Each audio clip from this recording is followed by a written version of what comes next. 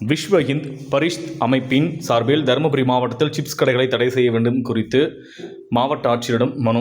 தருமபுரி மாவட்டத்தில் பெண்ணாகரம் செல்லும் சாலைகளிலும் நல்லமலை பகுதிகளிலும் மற்றும் மாவட்டத்தின் பெருவாரியான பகுதிகளில் கேரளாவில் இயங்கி வந்த நேந்திரம் சிப்ஸ் உற்பத்தி செய்யும் கடைகள் பெருவாரியாக இயங்கி வருகின்றன. இந்த நேந்திரம் சிப்ஸ், உருளைக்கிழங்கு சிப்ஸ், பாவக்காய் சிப்ஸ் வகையிலான உணவுப் பொருட்களை உற்பத்தி செய்யும் போது கடைகளில் உற்பத்தி செய்யும் சிப்ஸ்கள் தேங்காய் எண்ணெயில் பொரிக்கப்பட்டதாக இருக்க வேண்டும். ஆனால் தருமபுரி மாவட்டத்தில் இயங்கி வரும் இத்தகைய சிப்ஸ் கடைகள் பெருவாரியாக பாமாயில் எண்ணெய் கொண்டு சிப்ஸ்கள் பொரிக்கப்படுகின்றன. இவ்வாறு பொரிக்கப்பட்டு பாக்கெட்டில் அடைக்கப்பட்டு வரும் உணவுப் பொருட்களில் டிரான்ஸ் ஃபேட் எனப்படும் கெட்ட கொழுப்புகளை உற்பத்தி செய்யும் தன்மை உடையதாக உள்ளது.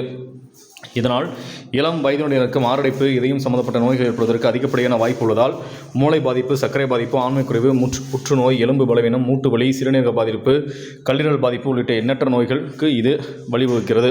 எனவே பாக்கெட்டுகளில் அடைக்கப்பட்ட சிப்ஸ் பொருட்கள் இந்த நோய்களுக்கு காரணமாகும். இந்த கடைகள் சிப்ஸுக்காகவே வெட்டப்படும் நேந்திரம், பாவக்காய், உருளைக்கிழங்கு போன்ற சீவல்கள் மீது ஒவ்வொரு நாளும் ஆயிரக்கணக்கான ஈக்கள் மொய்த்த வண்ணம் உள்ளது. மேலும் இந்த சீவல் பணியை செய்யும் பணியாட்கள் கைகளில் கையுறைகள் அணிவதில்லை.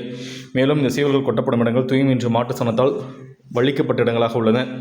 மேலும் வீசுகின்ற காற்றில் அடித்து செல்லும் தூசி துகள்கள் படும்படியாக திறந்த வெளியாக காணப்படுகிறது. இங்கு பொரிக்கப்படும் எண்ணெயின் துகள்கள் காற்றில் கலந்து சாலையில் செல்பவர் மீது படும் விதமாகவே உள்ளது. இந்த கடைகளின் தூய்மை மற்றும் சுகாதாரத்தை முறையாக ஆய்வு செய்ய வேண்டி உணவு பாதுகாப்புத்துறை அதிகாரிகள் கண்டுகொள்ளாமல் மெத்தனமாக செயல்படுகின்றனர். எனவே மதிப்பிற்குரிய ஆட்சியர் தாங்கள் மாவட்ட மக்களை நோயிலிருந்து காப்பாற்ற இதுபோன்று சுத்தம் சுகாதாரமின்றி செயல்படும் இத்தகைய நேந்திரம் சிப்ஸ் கடைகளை உடனடியாக மூட நடவடிக்கை எடுக்க வேண்டுமாய் கேட்டுக்கொள்கிறோம் என அவர்கள் அளித்துள்ள மனுவில் கோரப்பட்டுள்ளது.